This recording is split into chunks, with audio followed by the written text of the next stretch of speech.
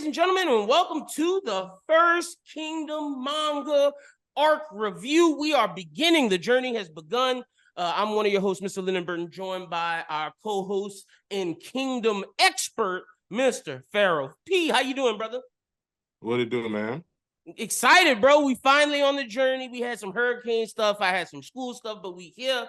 I'm ready to talk about it. So, without further ado, let's get into it. We doing the Sei or the Sei. All right, how would you say this name? Sei Kyou Rebellion arc. So basically, a brief summary, real quick, is two war orphans, Shin and Hyo, both dream of becoming the greatest generals to heaven, to one day rise from their lowly stations as slave in life to join the king military. Basically, Shin has a brother.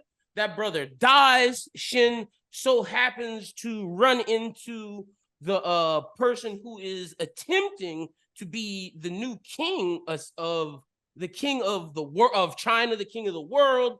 And that person, not the world, it's just China. Well, the king of China, the king of their world. But yeah, just China, the king of China. And basically, they end up becoming, and his name is Sei, the king of Keen, and they basically become besties. During this, you meet you meet Shin's homie, Kai Ryo 10, or just 10. You meet basically Sai's the man who looks out for Sai's right hand, Xiao Bun. Sei's Sei? I keep saying Sei. Sei's right hand. Shobun Kun. We then meet Shobun Kun's aide, who ends up, this is kind of a spoiler, but like it's not that big of a spoiler. He becomes Shin's homie, Heki. Heki ends up being like someone who's very important to Shin. We then meet Shin's mentor in this arc as well. How do you pronounce his name so I can say it the right way? The great general, the leader of the Oki. So we meet the leader. We meet the leader of the Oki army and one of the of the old family. He's one of the greatest generals of heaven. We meet Oki's aide, Tao, or that's his name, Tao, right? Tou. All right, we meet Tou, and his ass is extremely strong. We also meet the queen of the mountain tribe, Yotanwa, and then we meet her right-hand man, Baijo, who is the blade of the Mountain King. We meet Tai Fu, who is one of the Tajifu, who's one of the clansmen. Shunmin. Yeah, I guess you could say he's like the third, I guess, kind of the third in charge of the mountain tribes. Okay, hell yeah. We meet him, and then the main antagonist of the arc, we meet Sei Kyou, who is the second prince and the leader of the Sei Kyou faction. Basically, Rankai is his evil pet giant monster thing. Tetsu Shai is the chancellor of the left. Basically, his Xiaobun Kun, would you say? Yeah, at this particular point in time, Ketsushi is acting, I guess, as what would be Sei Kyou's chancellor, even though I think at this point in the story, I'm not sure if he might have been the chancellor of the left, because I don't know if Sei had yet to appoint, because that happens in this arc, I believe, is when Sei appoints Shogun as chancellor of the left. Because Ryo Fui is already acting chancellor of the right. Yep. Which is 100%. I believe is the position that Lee Si ends up getting.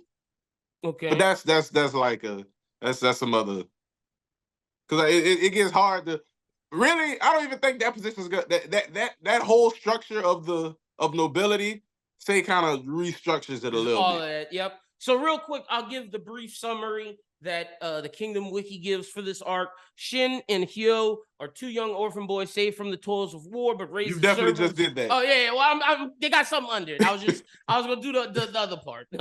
But yeah, so they did all that. Yet, despite all the issues they have, their dream is to simply be no more than the great general of the sky, be one of the greatest generals. Shogun Kun, Minister of Education, and chief retainer, the young Sei, is astounded to see Hyo's close resemblance to Sei, thinking that this could just be the meeting needed to drive out the dark forces from the province.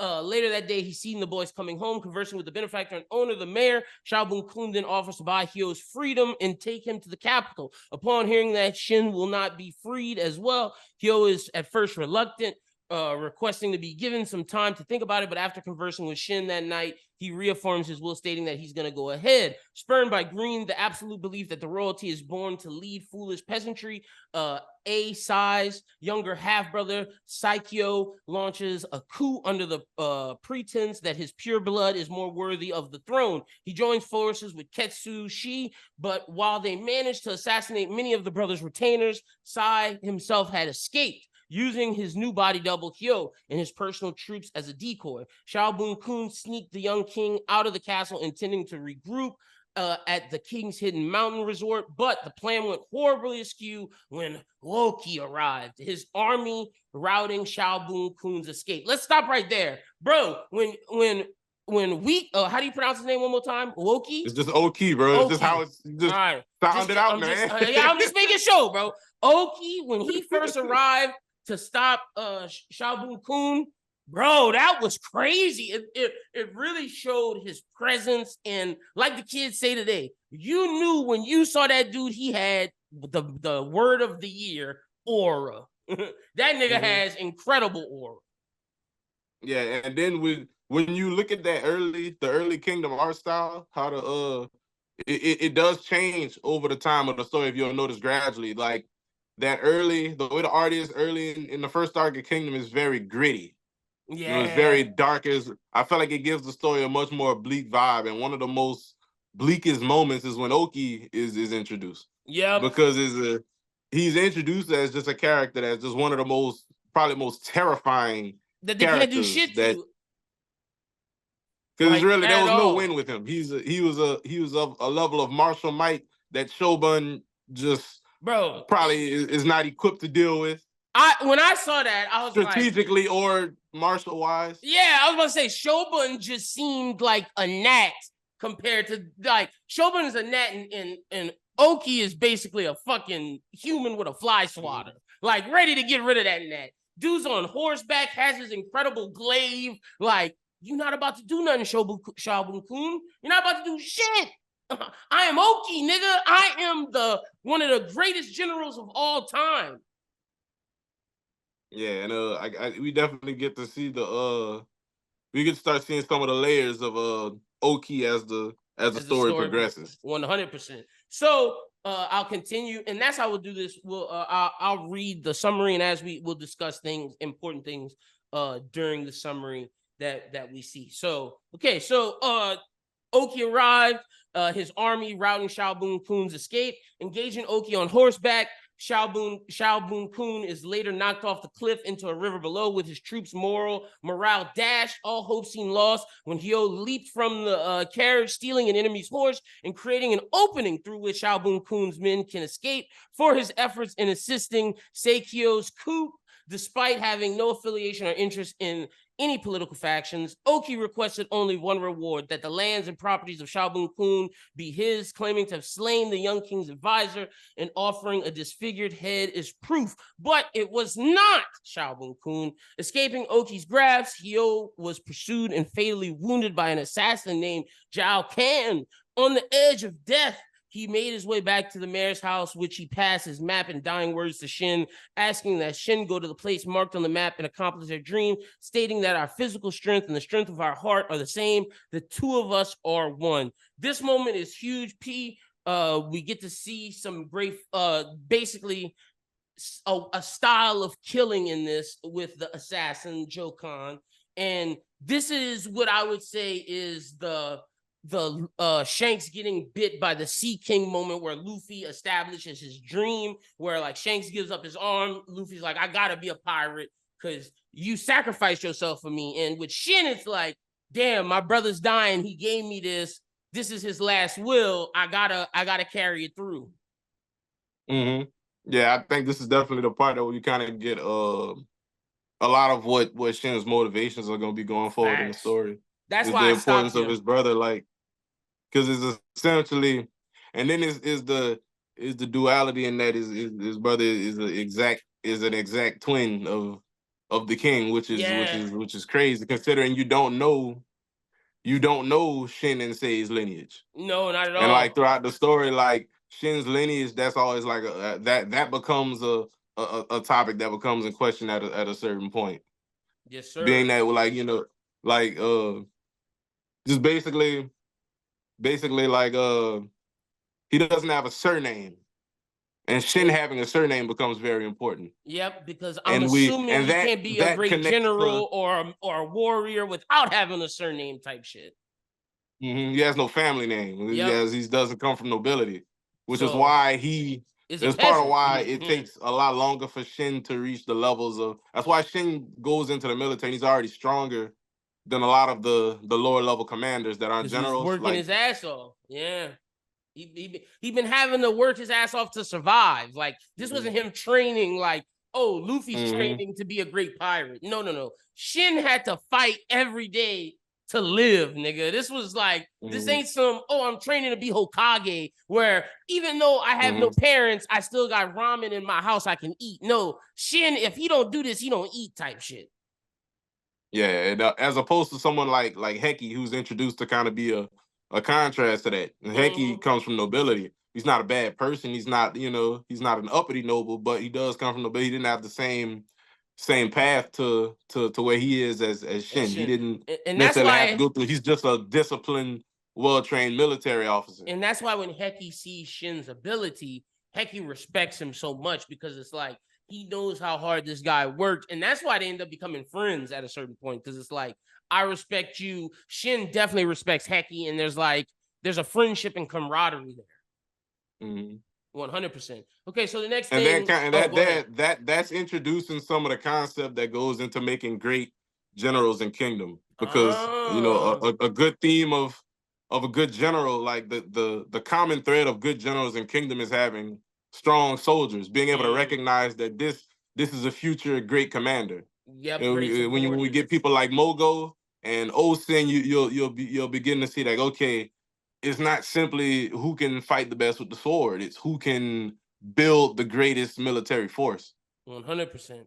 Next thing we got is enraged, Shin begins destroying the mayor's house until the mayor's son hits him, reminding him of Hyo's last request and begging that his death not be in vain. Shin then takes Hyo's sword and runs to Kokui village with a vengeful passion, where he is then spotted by Ten, a young child from the mountain tribes forced to survive in the village of thieves. Having reported his location one after another, he's attacked by the villagers of Kokui, and one after another, he knocks them down with a wooden sword, displaying his unyielding strength, leaves a strong impression on Ten, and Ten follows him to the marked location, where there resides a small wooden shack. Inside, he finds Sei. I said it right that time, huh?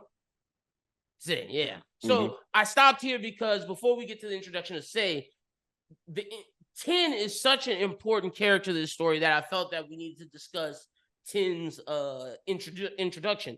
And what you were just saying about, spotting commanders, the flip is, people seeing this person, Ten, seeing how strong Shin is, seeing Shin's passion, it's like, oh, I gotta follow him. We're seeing the flip of what you just said. It's where these soldiers or these people are seeing the greatness in these generals, and they're kind of predicting who will be great as well and placing their bets on, who they want to follow.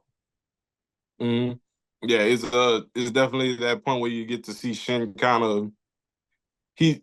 we get to see Shin's origin story like in order as it's happening, as opposed to like with some of the other generals, we'll get a retroactive view of their story, and it'll be kind of similar to Shin's in some cases. Like we have other generals that you're gonna see down the line, they have stories that are similar to Shin. Well, there's one general in particular that has a story that's somewhat similar to Shin, but he turns out to be a whole completely different type of person than Shin.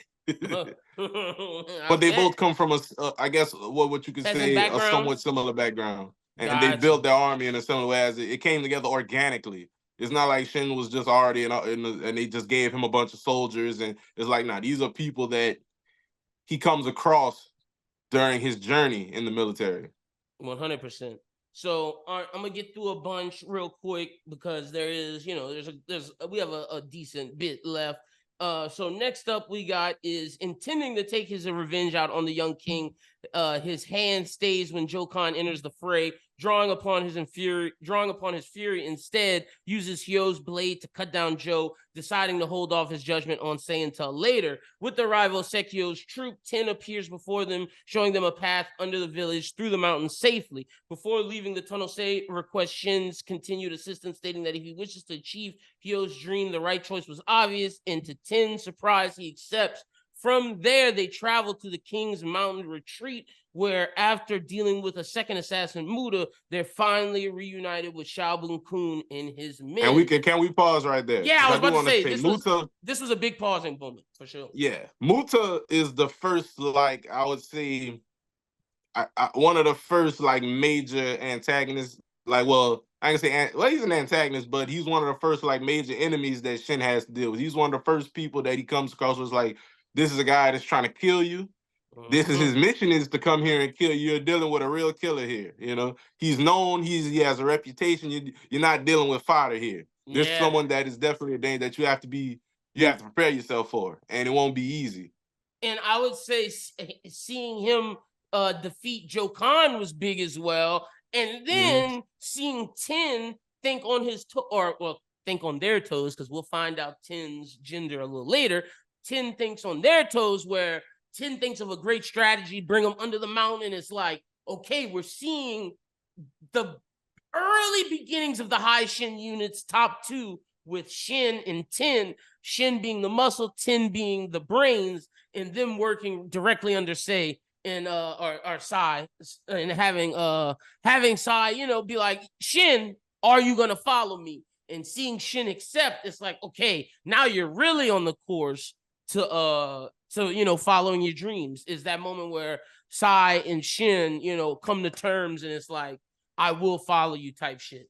And also we get to see Sei or Sai say. You said it right. I said it right. Okay. Say. Don't say Sai. Yeah, no. You had it. I had it. All right. We see Sei, and basically this is our introduction to him, and seeing his mentor is like, yo, this guy wants to be the king. This is his whole goal, is to beat out his other family members and be the emperor of China. Yeah, and the introduction of Sei, I think that's when we really get, like, I think that's probably the most important character. Sei is essentially a more important character than Shin to the overall story. True, because it's about him becoming the emperor of China. Right. Shin is just trying to be a general, you know? Shin is definitely the MC. Shin is definitely the main character of the story. But to the overarching progression of the world of Kingdom, it's about Sei is the real factor, especially at this point in the story, because once you get to see the full scale of the Qin military and the militaries of the other states, you realize that Shin is a small fish in a big pond. Facts. You know? Big facts. All right, next part we have. Oh, go ahead. You got anything else on this part before we get to the Mountain King section? I was gonna say that Sei and his mentality and his idea of politics and his sense of justice is going to be is definitely a major defining point of the story, because Kingdom is a story that doesn't have a straightforward moral compass. It doesn't have necessarily good and evil or good guys and bad guys. Sei is a bad guy in some people, in a sense. 100%. Shin is a bad guy in a sense. Shin is a murderer to some people. You're looking at it from. 100%. And some people can say Sei is a warmonger. Yes, that's very true. And those things are definitely going to get touched on in the future. So that's something that we're definitely going to have a more in-depth conversation about later, as we get into the later arc reviews. Hell yeah. All right, next thing we got is introduce the Xiaobun-kun's lieutenant. Heki tells Shin of Hyo's bravery, stating that he looked just like a true general. Shin then asks Sei, what must he do to catch up, stating that he lacks Hyo's intelligence. After hearing that he must first be a free man, he then demands that Sei make him one after he returns Sei to the throne, to which the young king readily agrees. With Sei Kyou's army of 80,000 holding the capital city of Kanyu, the young king's former advisor, Chancellor of the Right, Ryo Fui, refusing to return until he is dead, Sei is left with only one choice: to seek the aid of the brutal mountain tribe. We can stop right here because this is also the introduction of Ryo Fui, Heki, and we're basically seeing not quite what you said about Shin's last name, but we're seeing that Shin's birth and Shin's upbringing is already starting to cause an issue for him. It's going to work against him in a lot of ways throughout the story. And it's also the introduction of Ryo Fui. And Ryo Fui is a character that, in my personal opinion, is one of the best antagonists I've seen. Great antagonist. He seems like a bad motherfucker. A warrior. Yeah, it's not even a warrior. He doesn't fight, but he's probably my favorite antagonist in Kingdom so far, even where I am in the story. Have you seen Game of Thrones? No, I haven't seen all of it. I'm somewhat familiar with it. Okay, let me ask you. Is Ryo Fui, you know who he reminds me of? And this is not a spoiler. This is what he reminds me of even reading now. But I thought what I'm about to say came from my thoughts when I got up to like chapter 200 something. Ryo Fui, he reminds me of Tyrion Lannister. How Tyrion Lannister's always scheming. He's not on the throne, but he's scheming for his people to be on the throne. And he says this quote about who has power? The man who sits on the throne, the man who commands the armies, and basically his answer was the person who has to do the least amount of murder and shit, who can murder without having to murder, essentially. And that reminds me of Ryo Fui, 100%. Yeah, and see, Ryo Fui's philosophy, or maybe he's more Tywin Lannister than Tyrion, but you get the point. Yeah, I understand what you're saying. He's a character that essentially just has a different political philosophy. He has a different concept of what the government of should be China of Kin should be, and he doesn't necessarily have the same ideal of pursuing unification through war as Sei does. And this is, I think, a good contrast because we presented. This is a concept that we see a lot in different series, and whether it be anime or just in any type of fiction or even realistic fiction like that. Whereas you got the king that wants to take over everything with war, and you have someone else who has a more peaceful method. But in this situation, the peaceful guy is kind of presented as the antagonist. Yep, 100%. That's something we don't usually see. And the crazy thing is, like we said, I already said that we could call Sei a warmonger, and in normal context, we would view Sei as the villain and Ryo Fui is the hero trying to solve things through quote unquote peaceful means. But it depends on the perspective that you're watching that can say, is Ryo Fui peaceful or not? You know what I'm saying? And that's something that, as we continue, I really want to have a conversation on of, is Sei a villain, a warmongering villain, or is Ryo Fui a backstabbing, manipulative snake? Like, who is the true villain? That's something that, as we progress, we can discuss. Yeah, I definitely think that's definitely a very major thing going forward in the story. Yep. So last thing we said is, with Sei Kyou's army of 80,000 holding the capital city of Kanyu, the young king's former advisor, Ryo Fui, is refusing to return until he's dead.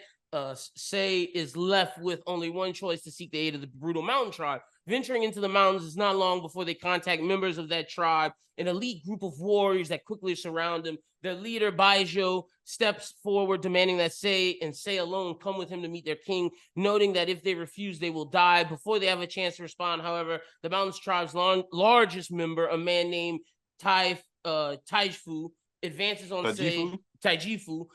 on Sei just to be thrown back by Shin. His mask cracking on impact, Shin then demands that they all be taken to the Mountain King, causing both sides to draw blades until they're ordered to stop by Sei, who agrees to accompany the mountain people alone. Refusing to let Sei go alone, Shin, Tin, and Heki set off to pursue him, but are noticed almost instantly by the mountain people and captured after making camp for the night. Brought to the mountain capital, a capital city built into the cliffs. They're shocked to see how modern the buildings are. The entire city are arranged as a formidable fortress. I'll stop right here because this was a moment seeing that city, just great art in the manga. Like, I think all of this mountain people designs, the designs of them with their masks, seeing the way that they fight, seeing like their aura is just drawn beautifully.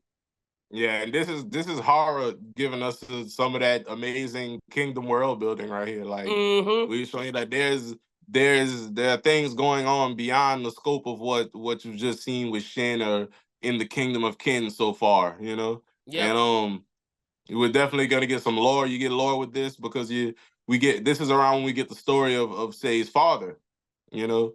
Was it King Sho? Oh, that's the next thing we how got. and how he he built the rapport with the mountain tribes, and he kind of, you know, he's kind of what bridged that gap.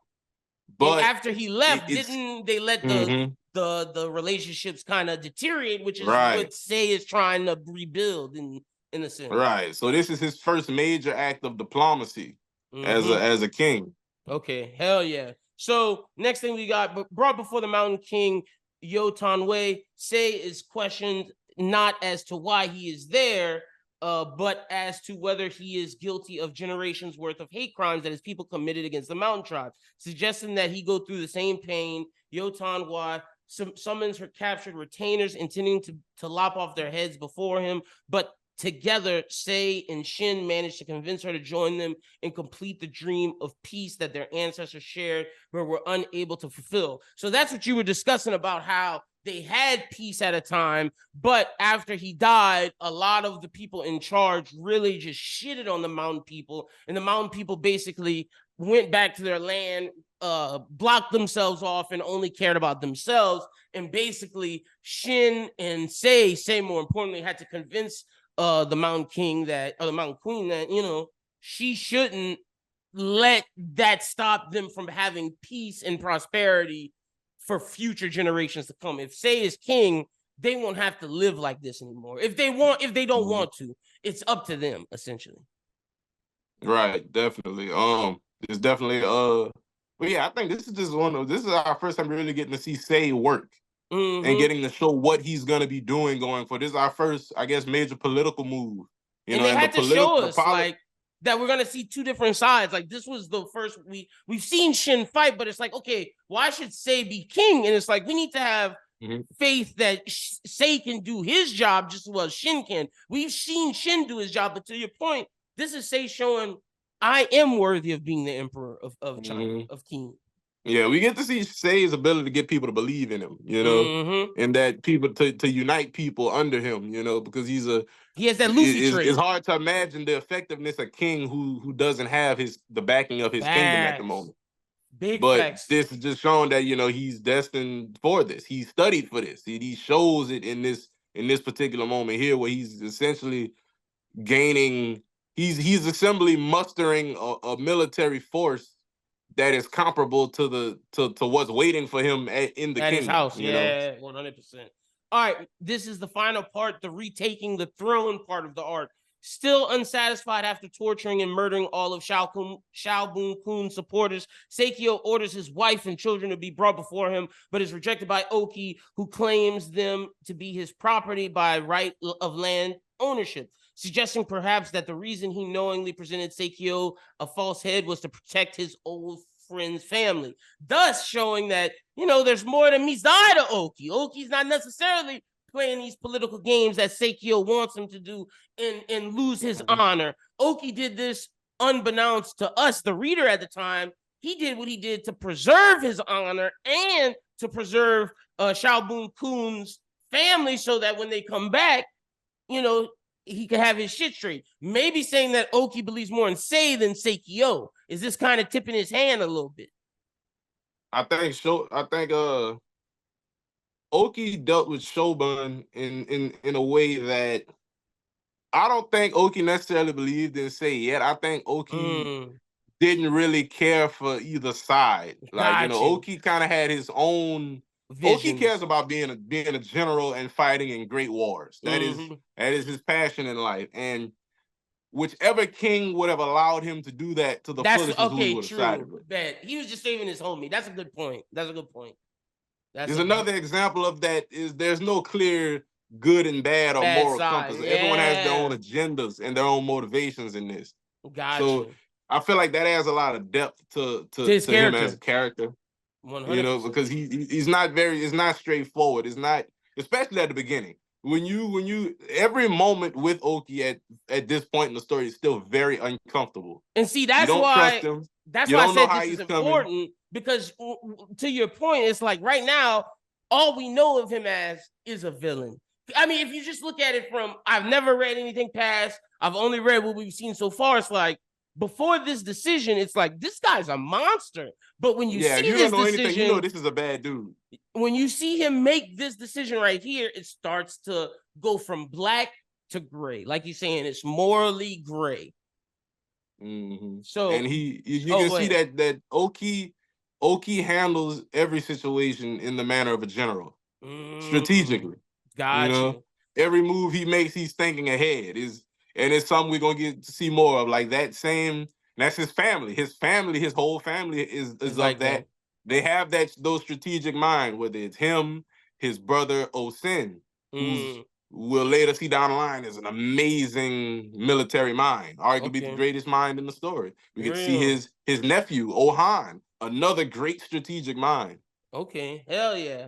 Well, the next thing we got is ordering his faction to dress as mountain tribesmen. Sei, Shin, Xiaobun-kun, and Heki and company join Yotan Wa's army of 3,000 and advance to the capital under the pretext of establishing alliance with Sei Kyou through Ketsu Sei, planning to wage war with Chancellor Ryofui's army of 200,000. Ketsushi is unable to refuse reinforcements from a tribe whose brutal prowess in warfare and combat had made them legends in the battlefield. Yet, even this was only enough to get them a foot in the door, as only 50 men were permitted to advance to the Crimson Turtle Gate, where they would be required to disarm before entering the throne room. This is where the battle would begin. Suddenly advancing, the enemy troops are cut off guard, and Sei quickly draws first blood, cutting down the enemy's commander before they even have a chance to react. From then it breaks out into a full-on melee. Shin leaps over the pikemen and ascends the walled courtyard to the open gate from the other side. Yotan Wa's troops quickly flood into the larger courtyard, forcing Ketsu Shin to withdraw in panic. I'm going to just finish about the battle, and then we can discuss it. So I'm going to finish reading the summaries to the battle. Stealing a horse, 3 of the mountain men chase after the Chancellor's chariot until they are mowed down by Shishi's crossbow unit, who, having noticed the shine of armor under a few of their cloaks, has suspected a trap and prepared in advance, including Shin, Heki, Tin, Baijio, and Taijifu. A small faction of their troops split off to enter the throne room through a side corridor, intending to finish off Ketsushi and Sei Kyou while the main force holds off Shishi's men. To Xiaobun-kun's surprise, Yotan Wa advances upon the crossbow unit, a feat that appears suicidal until the trio that was thought to be dead suddenly stand up, cutting down the crossbow unit and allowing the mountain tribe to enter the fray without suffering to cause too many casualties. I know I said I was going to finish all of the battle, but I got to stop right here. This shows why Yotan Wa and her men are badasses. Fuck. This is one of my favorite parts of the battle, when Shobun-kun is like, oh, I don't know if she can do it. Blah, blah. She's like, shut up, nigga. Yup. Just taking off heads, boy, just battling. Using her weapon to cut down them arrows as she's running forward. That shit was badass. Yeah, I definitely like this because it's Yotan. This is one thing I like about Kingdom. The Yotan is badass, bro. I don't think there aren't many female characters in Kingdom that aren't badass, other than like the harem girls. True. The harem girls, they're nothing. But even the harem girls have their moments. They have their moments. Like, I won't spoil anything, but they have their moments. Like now, at this point, if I didn't know anything else, Yotan Wa would be my favorite character. Just at this point right now, because when I reread and got to this point, I was like, man, I forgot how great Yotan Wa was. Yotan Wa, I'm current in the story, and Yotan Wa is going to give you a number of reasons to be your favorite. Hell yeah, because Shin's cool, Shin's MC is great, but he's not at the level where he's still growing. No, he's not right there now. yet. He's not even. He's not even close. He's not even at Baijio or Taijifu's level. Yeah, it just shows how strong he has to go. And seeing Yotan Wa, it's like, oh, they made a good choice. But all right, next thing we got is Shin's group Progress is suddenly halted, however, when they cross paths with the top assassin enlisted with Sei Kyou's faction, a swordsman named Saji, who quickly cuts down their men to size. With the help of Heki, Shin defeats him, and they advance into the throne room where one last opponent stands between them and victory. Bought off the black market as the last rare ape species, Rankai, a towering beast trained to crush and rip apart Sei Kyou's enemy. In the battle that ensues, it is shown that he has high resilience to blades and strength that even puts Taijifu to shame, requiring the collective efforts of Taijifu, Shin, Baijio, and Shunmin to defeat him. Having lost their last shield, Sei Kyou's retainers abandon their leader, fleeing for their lives, breaking through the palace door. However, they're quickly cut down by Oki's right-hand man, Tao, forcing Ketsushi to make a run for the maze, where he shot down by 10 and then finished off by Baijio and Shunmin. Escaping the throne room, Sei Kyou rebukes Shishi for failing to suppress his brother and the Mountain Queen before drawing a sword to face Sei himself. Bested in combat and strength of character, Sei Kyou is imprisoned for his crime, and the rebellion draws to a close. Yes, this ends with our guys getting their victory. The first win under Sei and Shin's record. Shin gets a house. Shin is like, I don't want to be a palace guard. He's like, I want to be basically in the military. I want to start from the ground up. And Sei allows him to join the military. He gets his house, and he begins his journey with the military. And Sei begins his journey trying to become emperor and do his political prowess. Yeah. So, talk to me about how you felt about the ending of this, and we'll discuss some more little things before we finish up. Yeah, I think this is I like the pacing of this initial arc a lot, because I feel like Kingdom a lot got done. It gets off to a good start. It doesn't take too long to heat up.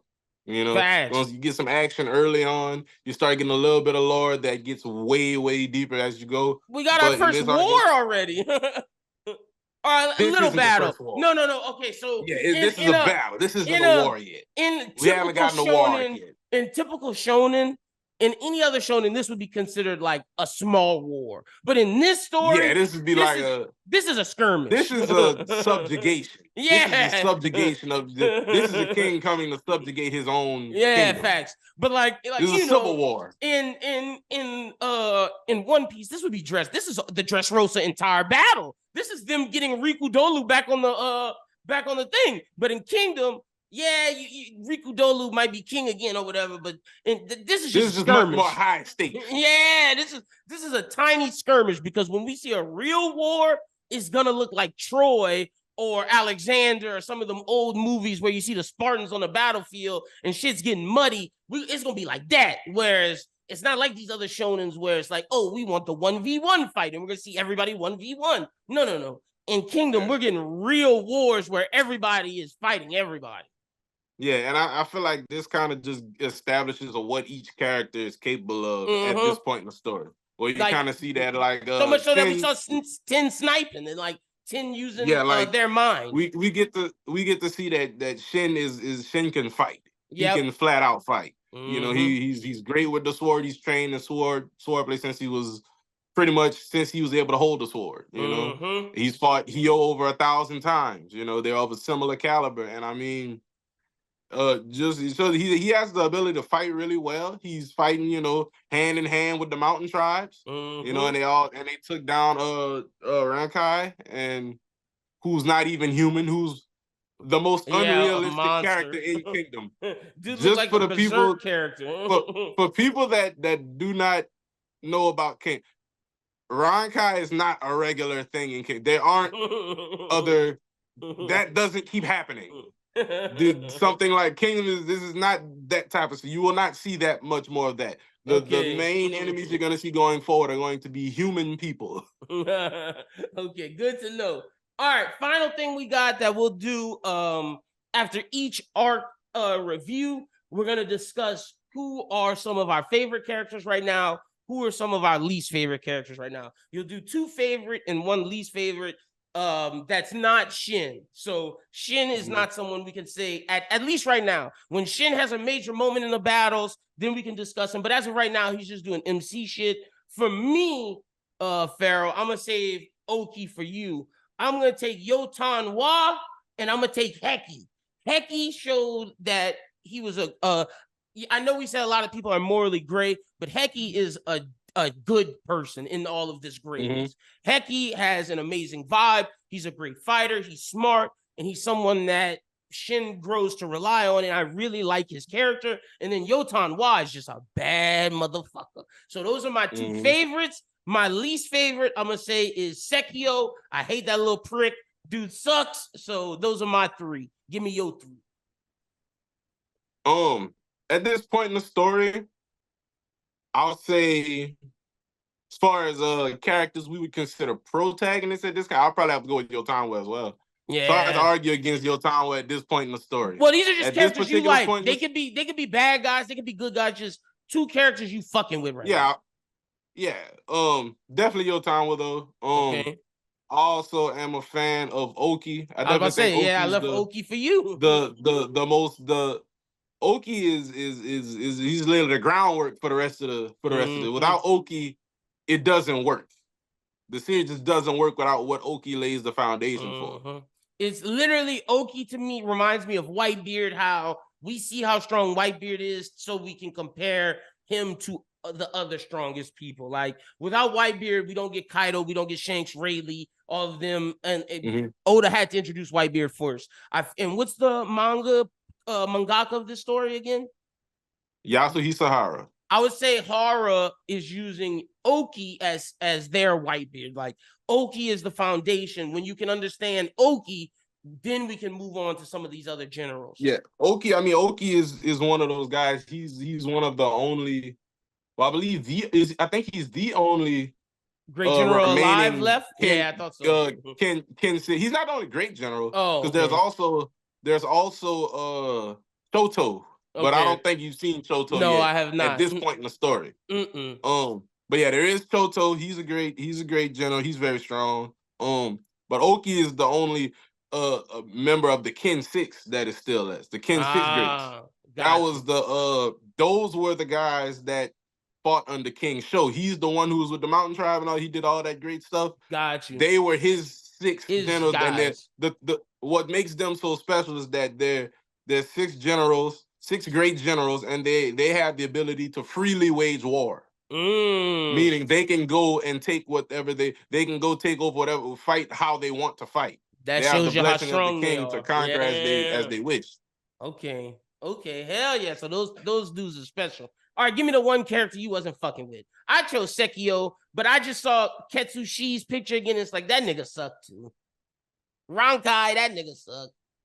Oh no, not Rankai. Rankai's the pet. Excuse me, Ketsushi, that nigga sucks. She sucks. Them two niggas with Sekio, them niggas suck. But who's your least favorite right now? I feel like they suck as just looking at it as who they are, but as for their purpose in the story, I actually like those characters. Okay, I feel like they add a lot as villain. Like Ketsushi being so like just dastardly and just conniving. Like that works for what they're there to do. Like Seikyo just being a rotten piece of shit, it works for what's going on here in the story. Joffrey ass. But still, who you don't like? Who you don't fuck with? They could be good villains. If I had to pick a character, but you don't fuck with them. I'll say at this point in the story, the character I did not like was probably Ryo Fui. But that changes in the future. But at this point in the story, I would say Ryo Fui is probably the character I least like. So we both got Yotanwa. I chose Heki. You chose Oki. I said that Sekio's a bitch nigga, and you said Ryo Fui's a bitch nigga. So we're gonna wait and see. All right, let's let the people. All right, so right, real quick, we'll also do this. Rate each arc. At the end of this arc, what would you give it? We're not doing 1 through 10. We're doing 1 through 5, just to make it simpler. 1 through 5. What would you give the first arc, the Seikyo Rebellion arc? Seikyo Rebellion arc. If I had to do it out of 5, I'm gonna give it.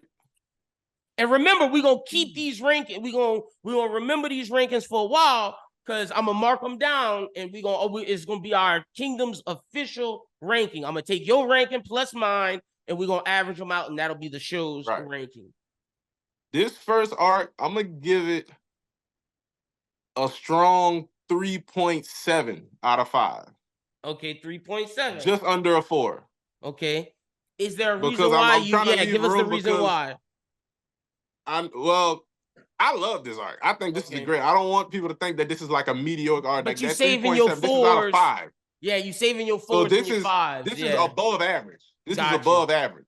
You know what I'm saying? If I was to give it to 4, I have to leave room because I know that there's a certain arc in this story that is a 5.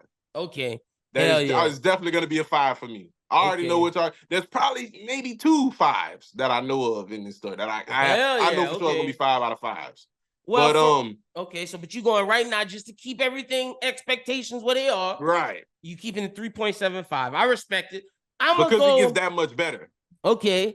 Well, I'm gonna go as someone, I don't know about them arcs. So for me right now, I'm giving this a solid 3.89. Close to a full, right there at a full. This was great. Like I said, it did its job. To me, if it was a 3, it was like, okay, this was a good arc. I'm gonna continue reading. Am I hyped to where I wanna read every second of the day? No. But am I gonna stop? No. I think that's what a 3 is. A 3.89 is like, oh shit, nigga, I want to read this. I want to keep going. Like, this shit is interesting. And another big reason it's not quite a 4 yet for me is because we haven't even gotten every element of what Kingdom brings to an arc. I can't give it a 4 until we get to the war. Like, I know what's coming. Like, so yeah, as you'll see in the future Kingdom, we're gonna get wars. We're gonna get the opening morale speeches that pump the armies up. We're gonna get the political we got politics a little bit in this one, but not how we're gonna get in the future. Yeah, facts. We're gonna get the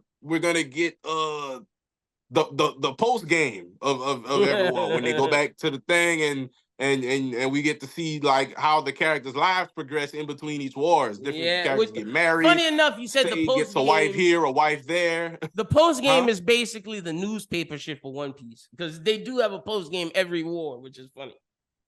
All right, so you went 3.75. I went 3.89 with the show's ranking is. Let me put this in parentheses because I like to just, have everything organized. The show's ranking is for this arc a solid 3.82.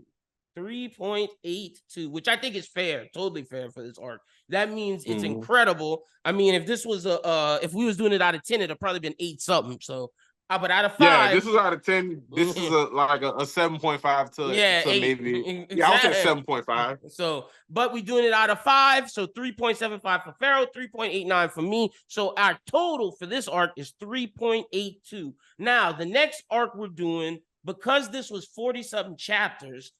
And the next 2 arcs are kind of small. We're going to do them together. We got the Kyou campaign arc and then the Escape from Zhao arc. We're going to do those together. So let me write that down. Kyou campaign / Escape from Zhao. You guys will get that. Today is Thursday. You'll get that sometime next week, probably around Wednesday or Thursday again, honestly. So with that being said, Phareaux, tell the people where they can wait, real quick. Let me tell them the chapters that this will be. So we stopped at chapter 47.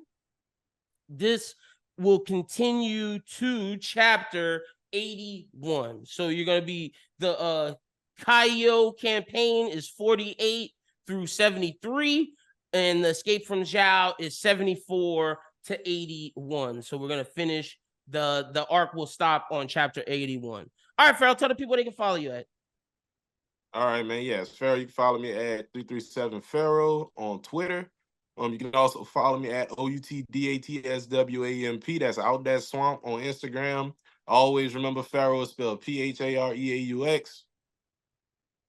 Hell yeah. Hell yeah. Make sure y'all go follow P. Check out all of his content. Be on the lookout. If you haven't checked out yet, check out our latest episode of the Bros Who Think podcast. Me and Phareaux discuss Big Sean's legacy, how we feel about rappers being involved in the presidential election, and me and Reg talk Kendrick Lamar joined the Super Bowl. So much amazing stuff. And then by next Monday, Tuesday, be sure to check out the latest pod because I believe that's the episode where Jazz will be back. If not, he'll be back the week after. But regardless, Phareaux, Reg, and I will be discussing more in depth Kendrick Lamar's new song, amongst a whole bunch of other shit. So be on the lookout for that for Monday. Check out the One Piece manga review that's dropping this weekend. And then Anime Talk will be out sometime middle of the week next week. So if you love Kingdom content, check out our One Piece content. If you like One Piece content, check out our Kingdom content. But until next time, for Phareaux, my name is Lyndon. You guys have a good one, and